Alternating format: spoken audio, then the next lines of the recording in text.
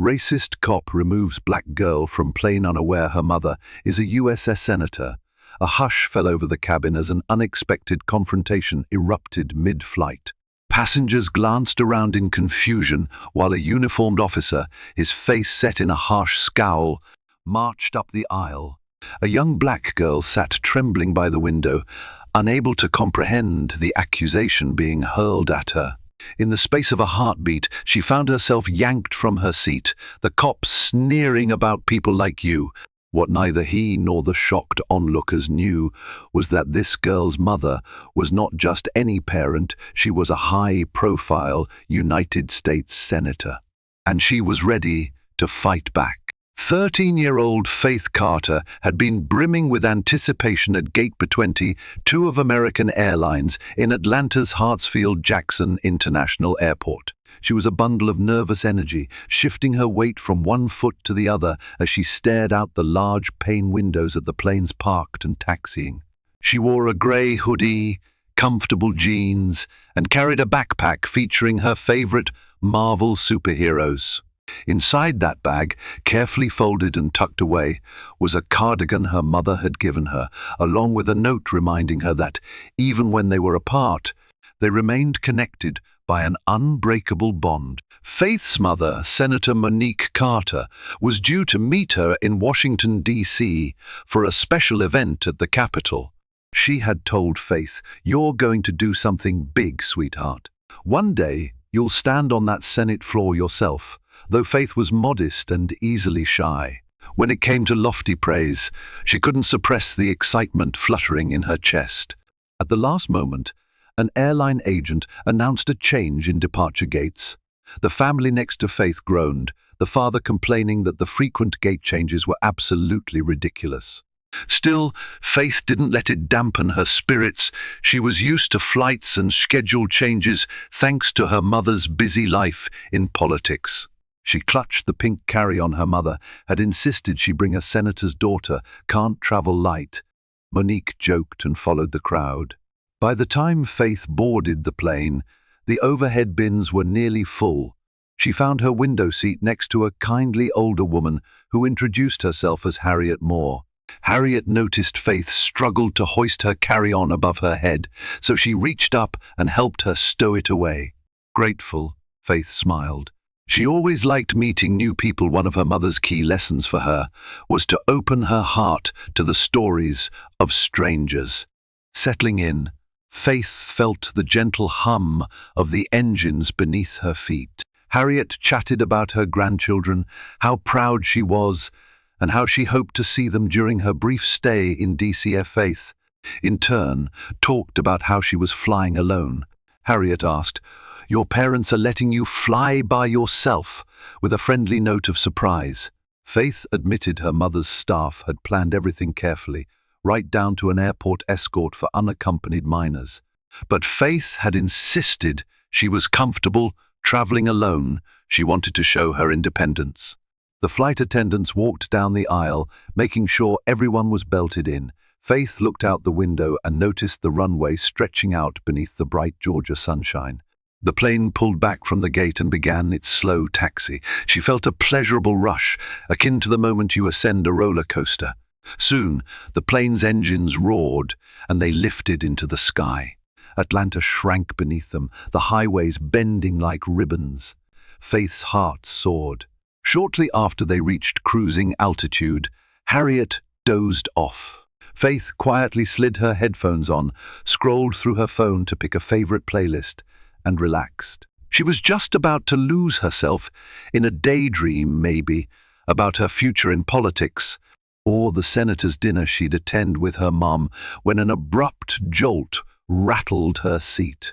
At first, she thought it was turbulence, but then she saw the overhead lights flicker and heard an alarmed muttering from the row behind her. The flight attendants rushed in from both ends of the aircraft, clearly disturbed by something. A moment later, the captain's voice crackled over the intercom, explaining that there was a minor technical issue, but everything was under control. Passengers relaxed into their seats, nerves somewhat frayed but stable. A full hour passed without further incident. Faith decided to close her eyes, Just as she drifted off, the plane experienced another jolt, this time milder, but enough to cause a stir. Some passengers pressed the overhead call button. One man got out of his seat, claiming something was off with the plane's mechanical systems. The flight attendant politely but firmly asked him to return to his seat. To Faith's relief, Harriet gently patted her hand. "Don't worry, darling. If it was serious, they'd land the plane right now. Planes are made to handle these little bumps in the sky." Harriet's words comforted her, but Faith couldn't stop a subtle, anxious tremor from traveling through her body.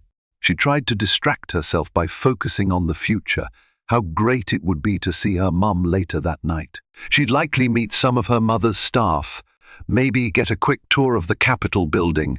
Faith pictured the smooth marble floors, the majestic dome, and the sense of history all around her. She wanted to walk those corridors and imagine a day she, too, might serve her state, just like her mother. But at that moment, she had no idea that the biggest problem she would face on this flight wasn't turbulence or a technical glitch. It would be a single uniformed officer, driven by prejudice, who would turn her trip into a nightmare she never saw coming. As the plane soared over the eastern seaboard, Faith tried to soothe her minor anxiety by requesting a small cup of ginger ale. Harriet stirred from her nap long enough to accept a cup of coffee from the attendant. Despite the earlier disruptions, the flight crew was doing their best to maintain a calm atmosphere, moving up and down the aisles with polished smiles. Midway through her ginger ale, Faith took out her phone to glance at some messages. She saw a string of texts from her mother. "Hey, sweet girl, everything okay? Make sure to text me when you land. Proud of you," she typed a quick reply, even though she was well aware that in-flight internet could be spotty. "All good, Mum. Love you." Meanwhile, Harriet, noticing Faith's restlessness, smiled kindly and said, "You know, sometimes taking a deep breath and thinking about something you're looking forward to helps distract from the bumps." It reminded Faith of advice from her mother, who practiced mindfulness whenever the stress of the Senate weighed heavily on her. So Faith closed her eyes, inhaled slowly, and exhaled her anxiety, focusing on the joy of seeing her mum. Suddenly, a murmur arose at the front of the cabin. Faith couldn't see much from her seat, but she heard raised voices.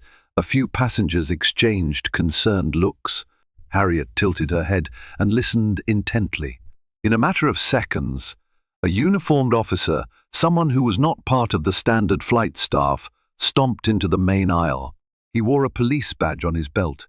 It was unusual to see a police officer mid-flight like that, but then again, some officers fly armed if they have certain clearances. He seemed agitated, scanning the rows with a hardened glare. Faith noticed the flight attendants trying to talk to him, their voices inaudible over the general commotion, but his posture hinted he wasn't really listening. Eventually, he fixated on a seat about 3 rows ahead of Faith. From her vantage point, she could see him bend over, speak sharply to a middle-aged black man in a business suit. The man raised his palms in a calm, diffusing gesture, but the officer's tone became more aggressive. Passengers nearby leaned away, not wanting to get involved, but clearly alarmed. The man in the suit looked baffled, pointing to something in his jacket, possibly an ID. The officer's face hardened, and he wagged a finger at the man, who carefully took out his wallet and displayed what seemed to be some official document. For a fleeting moment, relief washed over the man's face, as though he believed the misunderstanding would soon be resolved. But the officer snorted dismissively and continued pointing, ordering the man out of his seat. "Is that an air marshal?" Harriet whispered to Faith, who merely shrugged, equally uncertain. The officer's behavior felt off, as if he was itching for a confrontation rather than performing a routine check. Soon, a flight attendant approached with the cabin manager, trying to intervene. Their conversation was terse, and the officer refused to budge from his combative stance. He seemed to bark, "I have a tip. I have every right, though his exact words were drowned out by a wave of chatter rippling through the cabin. Eventually, the officer stepped aside, letting the man return to his seat, but his scowl suggested he wasn't satisfied. He continued scanning the passengers, and his gaze fell upon Faith for a moment. His eyes flicked over her, and for reasons she couldn't pinpoint, a chill coursed through her. She looked down at her hands, hoping he'd move along, but he paused. Faith's heart hammered. What did I do? She wondered. But the officer turned away after a moment, stepping further down the aisle. A collective exhale seemed to sweep the cabin. Faith noticed Harriet frowning deeply. "I don't like the look in his eyes," Harriet whispered. "He's on some sort of power trip." The flight attendants tried to keep the peace, offering extra refreshments and maintaining reassuring smiles. The hum of conversation gradually returned to normal. Passengers exchanged theories. Some believed the officer was investigating a crime suspect. Others assumed there was a threat on board. Still, no official announcement came from the captain, and the tension lingered like an electric current in the pressurized air. After another 20 minutes, the plane began a gradual descent, indicating they were nearing Ronald Reagan Washington National Airport. Faith felt a wave of relief that soon she'd be on the ground, heading straight into her mother's arms. She tried to let the incident pass from her mind, chalking it up to an overzealous cop or some misunderstanding. But in her heart, she still carried an unshakable sense of foreboding. As the wheels touched the runway, Harriet patted her knee in a grandmotherly gesture of reassurance. "We made it," she said softly. Faith forced a small smile in return. She looked out the window at the glimmering lights of Washington, D.C., her pulse quickening at the thought that her mother was only minutes away, possibly waiting at the terminal or in the car outside. Little did Faith know that her real trial was about to begin on the very ground her mother served as a lawmaker. The policeman's gaze and harsh attitude were just the first ominous signs of the turmoil about to descend upon this unsuspecting young traveler. Even now, the wheels were in motion for a collision course that would test the boundaries of racial injustice, political power, and a mother's fierce love. Once the plane taxied to the gate and the seatbelt sign switched off, everyone stood up to retrieve their belongings, filling the aisle with a claustrophobic press of bodies and luggage. Faith craned her neck to peer over the seats. She could see the officer standing near the front, arms folded, watching as passengers slowly made their way forward. He was not engaging in conversation now, just observing, his expression grim. Harriet helped Faith retrieve her bag. "Stay close to me," the older woman suggested gently. The crowd in the aisle made Harriet worried about Faith getting pushed or jostled, but Faith was grateful for the companionship. She stepped into the line, her backpack slung over one shoulder. When they reached the plane's exit, a flight attendant gave them both a polite smile. Harriet turned and gave Faith a playful wave. "I hope to see you in the Senate someday, Miss Faith." Faith laughed softly. "I'll try my best, Miss Harriet. Take care." They separated in the jetway, each heading to different connecting flights or waiting areas. Faith exhaled a breath of relief. Finally, she was on the ground. Spotting her mother was usually easy. Senator Monique Carter was tall, with a dignified posture and a confident stride, which made her stand out in any crowd. But as Faith stepped into the bustling terminal, she didn't see her mother yet, only a swirl of business travelers, families, and staff with signs. She surmised that maybe her mother was held up by Senate duties or traffic. That was normal enough. A designated staffer was supposed to meet Faith at the baggage claim, so she followed the overhead signs, maneuvering through the throngs. The swirl of noise enveloped her announcements about arriving flights, the beep of transport carts, the chatter of people reuniting. Faith scanned the corridor for anyone holding a sign with her name or her mother's name. but saw no one. She quickly checked her phone. No new messages from her mother or staff. She had just settled onto a bench near baggage carousel number 3 when she heard raised voices echo across the terminal. Her heart skipped, recalling the cop on the plane, the tension in the air. She had hoped to leave that uneasiness behind once she stepped off the aircraft, but now the possibility that the confrontation might continue made her cringe. Sure enough, as she turned her head, she saw the same officer from the flight. He was in earnest conversation with 2 airport security personnel, gesturing emphatically. Something about his stance made her wary. Before she could slip away or hide, his gaze snapped to her. Faith felt her stomach constrict. She told herself she hadn't done anything wrong. Why would he target her? But the memory of that scowl in the aisle seat made her pulse thunder in her ears. The officer strode briskly toward her with the 2 security guards in tow. He wore a nameplate, Officer J. Mills. Faith tried not to panic, but her hand trembled around the handle of her carry-on. Passers-by noticed the officer's intense energy and gave him a wide berth. Children clung to parents, uncertain of the commotion. As he reached Faith, Officer Mills barked, "You, stand up." Faith looked around, stunned. "Me?" she asked, voice trembling. "Don't play games," he snapped. "I need you to come with me." Now, Faith felt her legs wobble as she stood. The airport security guards hovered behind him, one clearly uneasy about the confrontation. Anxious thoughts raced in Faith's mind. Did my bag get mixed up with something? Is there some kind of mistake? She tried to speak. "I'm just waiting for my mother's staff to pick me up." Quiet, Mills growled. "We have reason to believe you were involved in a disturbance on that flight. Hand over your ID. Tears pricked at Faith's eyes. "I'm 13. I don't have a state ID, but I have my student ID." She rummaged quickly in her backpack, feeling everyone's eyes on her. She produced a slightly bent plastic card from her middle school.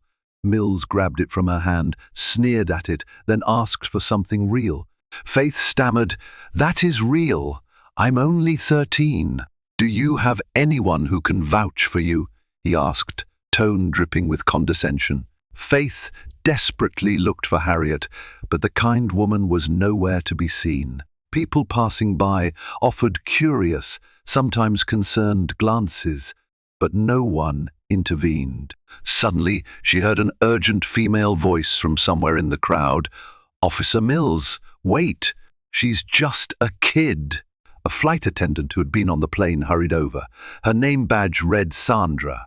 She stepped between Faith and the officer. "This young lady wasn't involved in anything. I was on that flight, too." She was sitting quietly the entire time. Mills glowered at Sandra. "Stay out of it. I have reason to believe she's a threat." "So, a threat?" Sandra repeated incredulously. "She's traveling alone. There was no problem with her on that flight." But Mills refused to yield. He motioned to the airport security guards and said, "Escort her to a private room for questioning." Before Faith could protest, one of the guards, looking sheepish but following orders, gently took her by the elbow. Fear shot through Faith like an electric current. She tried to stand her ground. "Please, I didn't do anything. My mother, she's a senator. She's meeting me here." Officer Mills snorted. "A senator, huh?" He gave a mocking laugh, eyeing Faith with blatant skepticism. "Right. And I'm the President of the United States. Let's go." A flurry of confusion gripped Faith as she was led away from the public area, tears welling in her eyes. She managed to grab her phone before the guard insisted she put her belongings into a bin for inspection. She tried calling her mother, but the phone only rang and went to voicemail. During the short but excruciating walk to the security office, a swirl of conflicting emotions buffeted. Faith, fear, anger, disbelief. How could this be happening? Why was he targeting her? She hadn't done anything illegal or suspicious. Was it just because of her skin color? That horrifying thought seared through her mind. She remembered reading about racial profiling, about how sometimes people in authority treated black people with undue suspicion or hostility. She never imagined it would happen to her, especially in such a blatant, humiliating way. In a tiny, windowless holding room, Faith found herself face to face with Officer Mills, who folded his arms across his chest, standing as if he loomed over her. The security guards lingered, obviously uncomfortable. Sandra, the flight attendant, had followed them, but was stopped at the door. She heard her own voice quiver. "I need to call my mum," she repeated it, eyes wet with tears. Mills rolled his eyes. "You'll get a chance to call whoever you want, after you answer my questions." The door shut behind him, leaving Faith alone with a man who reeked of hostility, a man who had clearly decided she was guilty of something without a shred of evidence. And Faith, naive and unprepared for this kind of confrontation, felt more helpless than she ever had in her young life. Officer Mills paced the tiny room with a predatory air.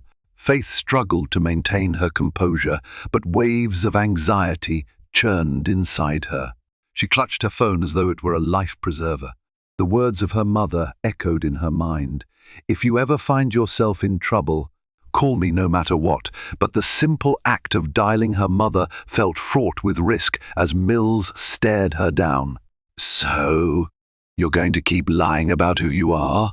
Mills said with a sneer. "You said your mother's a senator. Which senator is that?" Faith swallowed. "Monique Carter," she whispered. "She represents Georgia. She's my mum." Mills let out a derisive snort. "So you expect me to believe you're the daughter of a sitting USS senator?" "I wasn't born yesterday."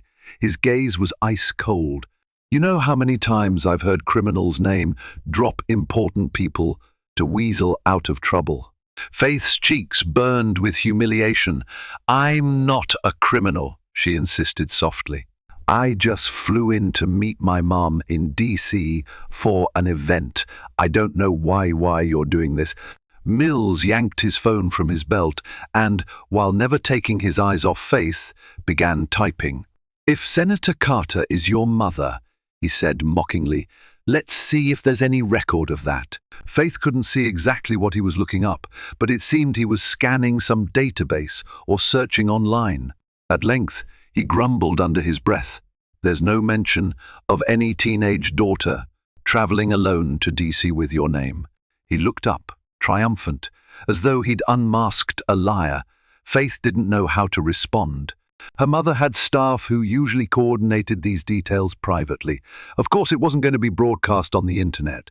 She tried to stammer something, but Mills dismissed her. "You were on that flight. I got a tip about a suspicious passenger matching your description." He leaned in, lowering his voice. "Running drugs, maybe, or stolen property, who knows? But we're going to find out." His words turned her blood to ice. She could hardly breathe. At that moment, there was a knock at the door. One of the airport security guards poked his head inside. "Sir, there's a flight attendant here. She says the passenger's done nothing wrong. She's insisting we let the kid go." Mills rolled his shoulders, annoyance etched across his features. "She'll wait. I'm in charge here."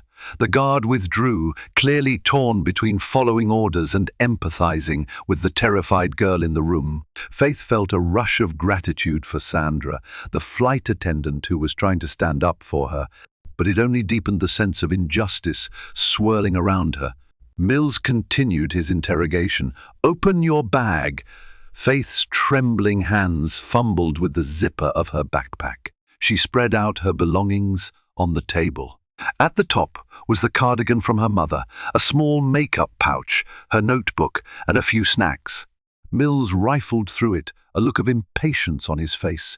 He rifled through her notebooks, flipping pages, her scribbled notes for an upcoming speech, and some doodles of superhero logos spilled out. Mills looked bored, then stuffed them back in. "What else do you have?" Faith tried to keep from crying. "Just that pink bag, but that's my carry-on with clothes." Mills jerked his head toward the guard, who left and returned with Faith's carry-on. They unzipped it. Inside were neatly folded clothes, a jacket, and toiletries, nothing remotely suspicious. Mills was silent for a moment, as though disappointed he hadn't found contraband. He stepped back, arms crossed, regarding Faith with undisguised contempt. "Why would I get a tip about you specifically?" he demanded. Faith felt her chest tighten. "I don't know. I was just sitting in my seat. I promise." He glared at her for another long moment. Then, as if to fill the silence, he demanded her phone. "Let me see your phone." Faith hesitated. "But that's my private," Mills snapped. "I can get a warrant if you want me to. Hand it over." Tears sprang to her eyes as she handed over the phone. Mills scrolled through her lock screen, tried to open it, found it password protected, and scowled. "Unlock it," he said. Faith sniffled. I have the right to call my mum first." She remembered some mention of constitutional protections from her civics class, how minors still had rights. But her knowledge was incomplete, and in the face of his intimidation, it felt nearly impossible to assert them. Mills tightened his jaw. "Don't make this difficult." He had the guard stand behind her, as if she might try to run. Faith, sobbing now, typed in her passcode with shaking fingers, humiliated and furious. He started poking around her messages and calls. Faith felt a surge of helpless rage. There was nothing incriminating in there, just her chats with friends and her mother. But it felt like a violation. "Nothing," Mills muttered. He found her mother's phone number in the contact list, labeled Mum. He stared at it, then at Faith. "Let's call her, shall we?" He tapped the screen and held it to his ear. For a moment, Faith felt a surge of relief finally. Her mother would clear up everything. But Mills ended the call almost immediately after it started to ring. Straight to voicemail. "Guess your so-called mother can't be bothered." He tossed the phone on the table, ignoring Faith's gasp as it clattered roughly against the hard surface. "We're done here. You're coming with me to the station." The guard at the door cleared his throat. "Sir, we don't have evidence of any wrongdoing. The airline staff says she's just a kid traveling alone. Maybe we should wait for a parent or guardian." Mills glared at him, halting his speech. "I'm not letting some suspect walk free." He grabbed Faith's elbow. "Up." She stumbled to her feet, tears rolling down her cheeks. In that moment, it dawned on her how unstoppable this all seemed. A single officer with a vendetta could tear her life apart, and all because he chose to believe she was guilty of something. She felt alone, powerless. Where was her mother? Why wasn't she picking up the phone? Little did Faith know, word was already spreading through the airport staff about a young passenger being aggressively detained. Flight attendants were whispering, outraged, among themselves. One of them had recognized Faith's last name, Carter, and made a quick connection to Senator Monique Carter. A phone call was placed, frantic and urgent, to the senator's office. The wheels of justice were about to begin a slow but unstoppable turn, and Officer Mills, so certain of his righteousness, had no idea that the very force he believed in was about to come crashing down on him in the form of a formidable, determined mother. Senator Monique Carter hurried through the airport corridors, high heels clicking against the polished floor, flanked by two members of her staff. She had been stuck in a late committee meeting and arrived at the airport later than planned, only to discover that her daughter was nowhere to be found at the designated baggage claim. Panic flared in her chest when an airline representative approached her with hushed urgency. "MAAM, there's a situation with your daughter." That was all it took. Senator Carter's composure shattered. She quickly demanded to know where Faith was being held. The representative shook his head apologetically, explaining that a law enforcement officer had escorted her away. Senator Carter's staffers scrambled to call every contact they had in the airport, from TSA to the local police precinct. Monique's thoughts were a swirl of terror and outrage. How could someone take my daughter? And why? Meanwhile, in a cramped back hallway, Faith was led by Officer Mills and the uneasy airport security guard. Other personnel stepped out of their way, taken aback by the sight of a uniformed officer dragging a crying teenage girl. Some recognized Faith's face from news segments that occasionally featured glimpses of the senator's family.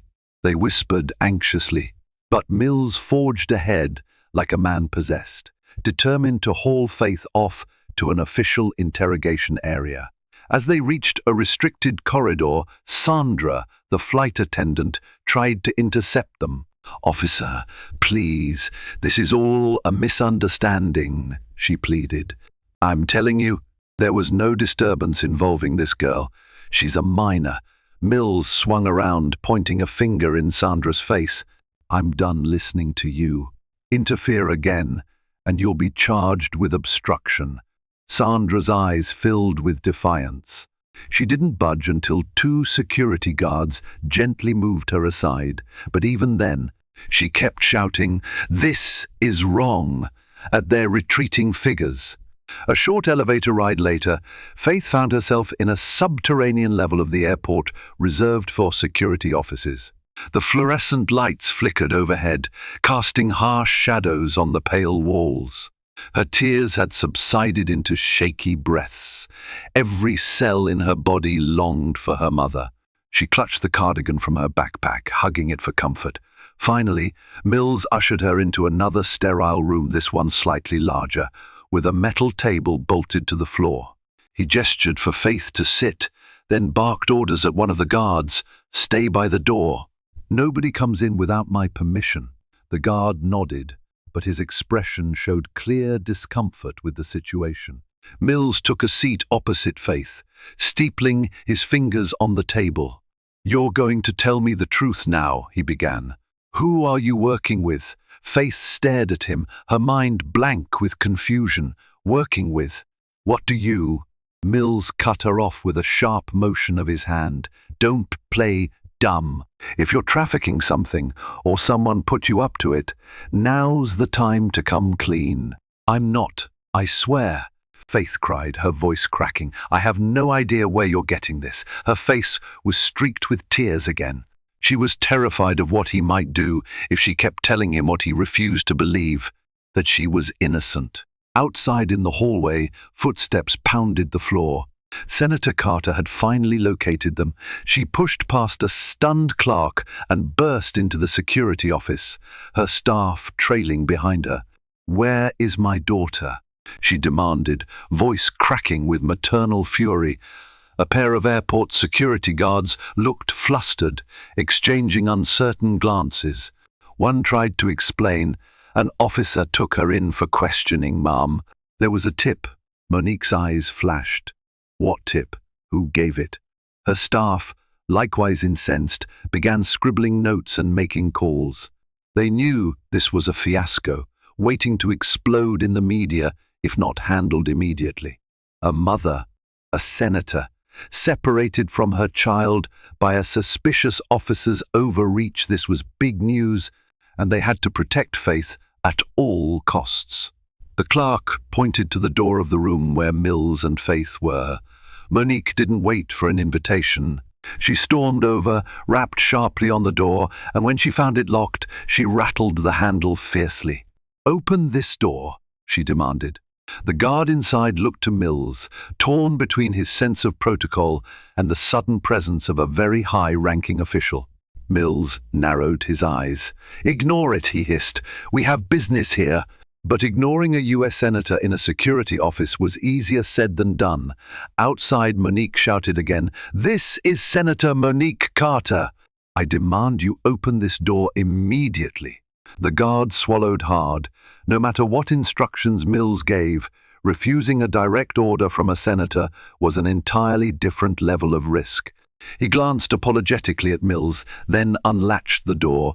In an instant, Monique was inside. She caught sight of her daughter's tear-streaked face and felt rage flood her senses. "Faith!" she cried, rushing to her side, arms outstretched. Faith bolted from her chair, practically flying into her mother's embrace. She clung to Monique, sobbing hard.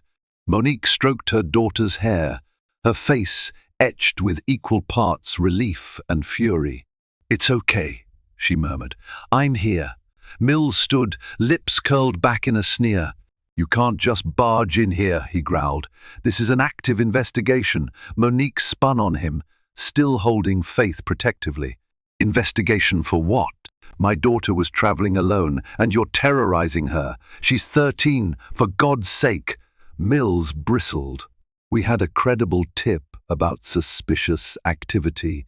She refused to cooperate." "Suspicious activity?" Monique repeated incredulously. She looked at Faith. "Sweetheart, did you do anything?" "Anything at all?" Faith shook her head, too overwhelmed to speak. Monique's eyes blazed as she locked eyes with Mills. "You have no grounds to detain her." Mills tried to muster a retort, but Senator Carter continued in a searing tone, "If you have evidence, present it right now. If not, this is an unlawful detention, and I will make sure you're held accountable. Do you have any idea who you're dealing with?" At that, the officer let out a harsh laugh. "I don't care who you are. I uphold the law. If I say she's suspicious, you uphold the law, but you're harassing a child based on nothing but a vague tip," Monique shot back. "You also forcibly separated a minor from airline staff and her parent or guardian. You better believe I'll be filing charges. What's your name?" He tried to stand his ground, jaw clenching. But then, one of Monique's staffers, a tall woman in a crisp suit, stepped forward. "Officer, your name and badge number, please. I'm here representing Senator Carter's legal interests." She held out a phone recording app, making it clear she was documenting everything. Mills' face blanched. The balance of power had shifted dramatically. "You don't know the kind of mistake you're making," Monique said, voice trembling with anger. "She's my only daughter, and she will never forget this. Nor will I." Faith pressed her cheek against her mother's shoulder, feeling a surge of relief wash over the terror. She was safe now, but the damage was done, and the consequences for Mills's actions were about to begin. The airport security office had never been so tense or crowded. Senator Carter's staffers, legal counsel, and even some curious airport personnel had gathered. Outside the door, more onlookers had formed a quiet cluster, drawn by rumors of a confrontation between a USS senator and a police officer. News traveled fast in the age of smartphones. Officer Mills stood in the corner, arms folded, while one of the senator's legal advisors, a sharp-eyed woman named Gillian, grilled him on the specifics of Faith's detention. "So you claim you received a tip that a young black female passenger was a threat?" Gillian asked, her tone meticulously polite, yet dripping with implied criticism. "Who did this tip come from?" Mills pressed his lips together. "That's privileged information. I don't have to reveal my source in an ongoing—" "Actually," Gillian cut in, "under these circumstances, you do. The senator is alleging that you unlawfully detained her minor child without any probable cause beyond this and tip. In order for us to determine the validity of your actions, we need to know the nature of this tip and whether it had any credibility." She raised an eyebrow. "Unless you'd prefer we file an immediate complaint with the Department of Justice for civil rights violations." Mills glared at her, then looked to the airport security guard, who stared at the floor. Finally, Mills mumbled, "It came in via an anonymous text to my phone." He pulled out his phone, showing them a short, vague message. "Watch out for the black kid in the hoodie, seat 21F. Something's off about her." Monique's face darkened. "That's it? That's your credible tip?" Her voice shook with simmering anger. "And you decided to barge onto the plane and single out my daughter? Did you check any other seats or follow any other leads? Or just the black kid in the hoodie part?" Mills shifted uncomfortably. "I also questioned a male suspect," he muttered defensively, referring to the black man in the suit earlier. Monique's staffers shared a pointed look clearly. Race was the common denominator in both instances. Mills had zeroed in on black passengers based on nothing but a racist tip. Faith clutched her mother's hand, still feeling waves of fear receding. Gillian continued her line of questioning. Was your phone personally given out to the public? Are you sure this wasn't a prank call or a malicious tip from someone with prejudices? Mills opened his mouth, then closed it. He had no good answer. The tension was broken by a new voice in the doorway. Senator Carter? Harriet Moore, the grandmotherly passenger who had sat next to Faith on the plane, pushed her way into the office. Her expression was resolute. I need to speak on Faith's behalf. Monique turned, a flood of relief crossing her features. You were with my daughter during the flight, she asked, stepping aside to let Harriet approach. Harriet nodded vigorously. Yes, ma'am. She didn't cause any trouble. She was polite, and we spoke about meeting her mother, the senator, after landing. I wanted to make sure you all knew that. She fixed Mills with a stern look. This officer has harassed her for no reason. Mills bristled. I was just doing my job, he said, though the force in his voice had diminished. The presence of so many witnesses, especially Harriet, the flight attendant Sandra, and the senator's formidable team was eroding his defensive posture. He looked at Faith, perhaps realizing the optics of forcibly detaining a tearful 13-year-old who had done nothing wrong were catastrophic, especially if her mother was a high-profile political figure. Harriet turned to Senator Carter. I'm sorry you had to go through this, dear. Faith is a lovely girl, and she was frightened. I would have stepped in sooner, but they pulled her away so fast. Monique inhaled deeply. She turned back to Mills, her voice commanding but quiet. Officer Mills, as a senator, I demand you apologize to my daughter and release her immediately. Then we'll discuss the further legal implications of your actions. Do it now. Mills's jaw clenched. His eyes flicked toward the guard by the door, but the guard avoided his gaze. Finally, Mills swallowed and said, Fine, don't Miss Carter, I apologize. His tone was stiff, forced. Faith stared at him, her young eyes filled with hurt. He managed a few more words. I was just following up on a tip. I didn't mean for... He trailed off, unable to meet her stare. A hush settled over the room. Senator Carter exhaled a measured breath. She looked at Gillian. The attorney nodded. We'll handle the official complaint. Let's get Faith out of here. Monique slid her arm around her daughter's shoulders, guiding her toward the door. Faith paused, turning back to Mills.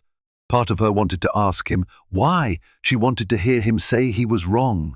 But his sullen face told her enough. He was too steeped in prejudice and wounded pride to give a sincere apology. They moved out into the hallway, where flight attendants and various bystanders parted to let them pass. Murmurs spread through the crowd. Some recognized Senator Carter, others recognized the subdued look on Faith's face, a mixture of heartbreak and relief. Harriet gave Faith a gentle squeeze on the arm. You'll be all right, honey. You have a strong mother. Faith nodded, summoning a grateful smile.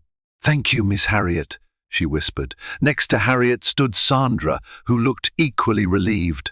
I'm so glad you're okay. I'm so sorry, she said. Faith simply nodded, too drained to speak.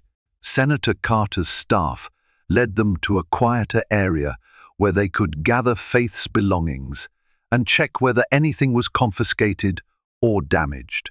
Gillian spent a moment ensuring all Faith's items were returned: her phone, her backpack, her carry-on. Thankfully, nothing was missing. Only then, when they were free of the crowd, did Monique pull Faith into a tight hug. She kissed the top of her daughter's head, whispering words of comfort. Faith clung to her, tears rushing back now that the immediate threat had dissipated. I was so scared, Mom, she choked out. He wouldn't listen to me. He took my phone. Monique's eyes clouded with tears she tried to hold back. I'm sorry, baby. This is on me. I was late, and I should have arranged for someone to meet you right at the gate. Faith shook her head. No, it's not your fault. I never knew people could be like that, so hateful. Monique pressed her lips together, emotions warring within her. Unfortunately, there are people who see a young black girl traveling alone and assume the worst, she said softly.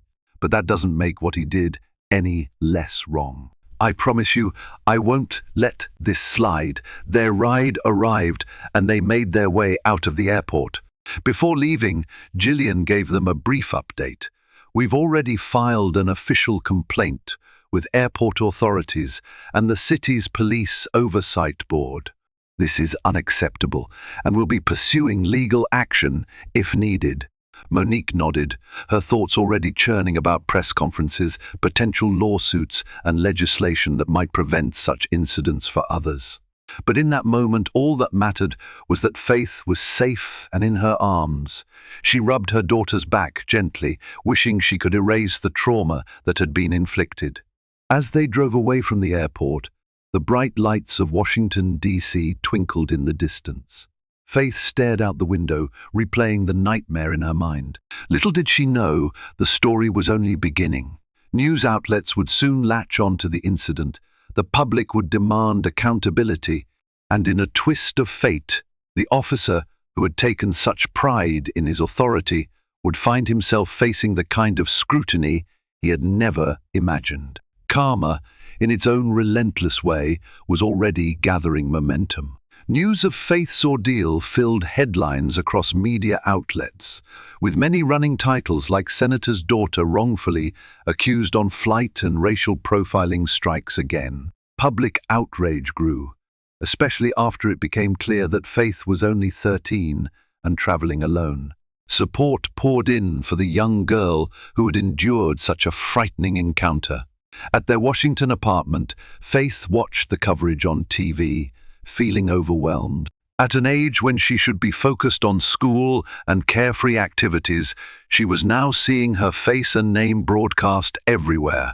Senator Monique Carter tried to keep her daughter calm. "Nobody deserves what happened to you, sweetheart," she said. "I promise I'll do everything in my power to make this right." Monique also recognized, however, that this sudden spotlight could lead to long-term emotional consequences. Meanwhile, the local police department and the airport's security division launched an urgent internal investigation into Officer Mills. Investigators quickly discovered a trail of past complaints against him, mostly from people of color who claimed he had overstepped his authority. Though those complaints had been downplayed or dismissed before, nothing could be swept under the rug this time. With intense media scrutiny and the senator's involvement, the department was compelled to address Mills's actions head-on. Still struggling with sleepless nights, Faith often found herself in tears whenever she recalled Mills's menacing stare and the feeling of isolation in that interrogation room. Monique felt powerless to ease her daughter's pain, despite her own extensive experience dealing with stressful political battles. Ultimately, she decided to hire a professional therapist specializing in adolescent trauma. "Take all the time you need to heal," she told Faith gently. "I'll handle everything else." By the third day after the incident, Senator Carter held a press conference outside the Capitol. She was joined by civil rights advocates and 2 fellow senators who supported her cause. Normally unflappable, Monique's voice quivered with equal measures of anger and sadness. "My daughter was detained based on an anonymous, racially biased tip. Thousands of Black Americans face similar harassment every day. I will propose new legislation to prevent abuses of power, particularly against minors." Applause rippled through the crowd. Reporters clamored for answers. "Are you planning to sue Officer Mills? Will Faith speak publicly?" Monique answered that Faith needed time to recover and confirmed she was working with legal counsel to determine the proper legal action. With backing from multiple social justice organizations, the possibility of a civil suit against Mills became increasingly likely. Elsewhere in the city, Officer Mills watched the press conference on TV. His heart pounded as he saw his name and face displayed so prominently. On social media, many demanded his resignation or criminal charges. Mills felt cornered, but instead of remorse, he insisted he was just doing his job and had fallen victim to political pressure. To him, Faith was a lying kid, and the senator was leveraging her influence to destroy his career. But the investigation revealed a different reality. Previous victims of Mills began speaking out, describing encounters marked by intimidation and insults. Although their earlier complaints had gone nowhere, those same accounts now carried weight because a senator's daughter had experienced a very similar ordeal. Their collective voices turned up the pressure on the department, making it nearly impossible for them to conceal Mills's repeated misconduct. Amid the turmoil, Faith came to a sobering realization about how quickly one's sense of safety can vanish and how deeply prejudice can cut. She clung to reassuring messages from friends, neighbors, and even strangers who reached out with support. Harriet and Sandra also called to check on her, telling her not to lose hope because an entire community stood behind her. Despite the flurry of media attention, Faith found it painful to relive the event. Yet she also understood that her story might shine a light on societal flaws and prompt action for reform. In the end, her family, friends, and supporters agreed on one thing: remaining silent was not an option. While Faith still longed for her old, simpler routine, she recognized that her experiences could help expose larger injustices, encouraging meaningful change. Sometimes it takes a personal story, especially one involving a child, to awaken public consciousness and urge everyone to step forward for justice. The internal disciplinary hearing against Officer Mills finally took place at police headquarters. A panel of senior officers and a representative from a civilian oversight committee questioned Mills about every detail. He maintained he was just following procedure, but each time the panel challenged him with pointed queries. Why didn't you verify Faith Carter's identity first? On what evidence did you continue to detain her? How were previous complaints against you handled? Mills's responses failed to convince them. Witness statements from Harriet, Sandra, and the black businessman on the plane painted a consistent portrait of Mills's aggressive approach. His record of prior, racially charged accusations only strengthened the case against him. In the past, vague reports or lack of solid evidence had allowed him to evade consequences. But with a senator's daughter as a victim, the process was now under a glaring spotlight. Within a single day, the police department announced Mills's immediate termination and recommended prosecutors review possible criminal charges. A press release declared, "We do not tolerate acts of racial profiling or abuse of power." News outlets swiftly picked up the story, framing it as a rare instance where a problematic officer faced real accountability. Faith saw the headline while studying at home. Her relief was palpable. "Mom, they fired him," she said, setting her phone aside. Monique nodded. "It's the right decision, but it's not the end. There may be a civil suit, and there's talk of possible criminal charges too." Faith's eyes flickered with a mix of emotions. She still felt sadness and anger, but also a sense that justice might actually be served. As anticipated, a civil rights legal team, working alongside Senator Carter's attorneys, filed a class action lawsuit against Mills and the police department. Several of Mills's earlier victims joined, sharing experiences that matched Faith's. Forced to face a flood of evidence and public outcry, the department scrambled to negotiate a settlement. Mills, having lost his job and reputation, faced immense legal and financial strain. In the days that followed, Faith returned to school. Friends approached her with concern, some with curiosity, but most simply hoping she was okay. While adjusting to normalcy, she realized she had changed. She was more cautious, more aware of how deeply systemic prejudice could wound people. Yet her determination had also grown. She told herself, if even a fraction of this attention can spark real reform, it might make the ordeal worth it. A few weeks later, Faith and her mother walked together by the Lincoln Memorial Reflecting Pool. Crisp autumn leaves blanketed the grounds. Staring at the statue of President Lincoln, Faith thought about Dr. Martin Luther King Jr.'s famous speech. "I wish the world he envisioned were already here," she said softly. Monique gave her daughter's hand a gentle squeeze. "His dream still lights our path, but yes, we have a distance yet to travel." They paused by the water, the outline of the Capitol in the distance. Faith realized that while her personal trauma would never vanish completely, she had tapped into a sense of purpose. Even at 13, she knew her voice mattered. For Monique, the ordeal reinforced her belief that real legislative change was necessary to protect people like Faith, especially the ones who didn't have a senator for a parent. Soon after, the criminal case advanced. Mills faced potential charges of false imprisonment. He entered a phase of deep crisis, jobless, scorned by the public, and confronted with multiple legal challenges. The same authority he had misused had come back to haunt him in the form of official investigations and lawsuits. This stark reversal served as a forceful reminder that no matter how much power one holds, it can vanish quickly when misused for personal bias. In the end, Faith understood that true justice extends beyond a single verdict.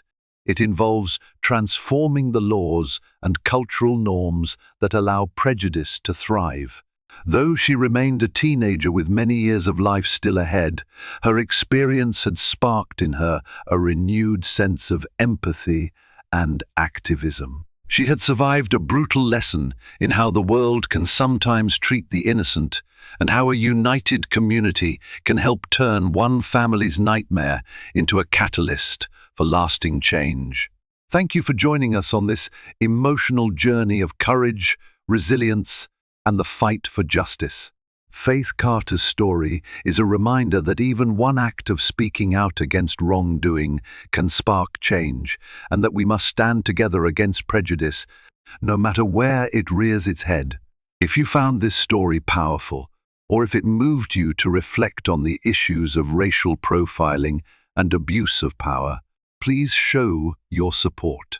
Hit that like button to let us know you stand with Faith. Share the video to spread the word about how these injustices can be challenged and overcome. And don't forget to subscribe to this channel so you never miss another thought-provoking story.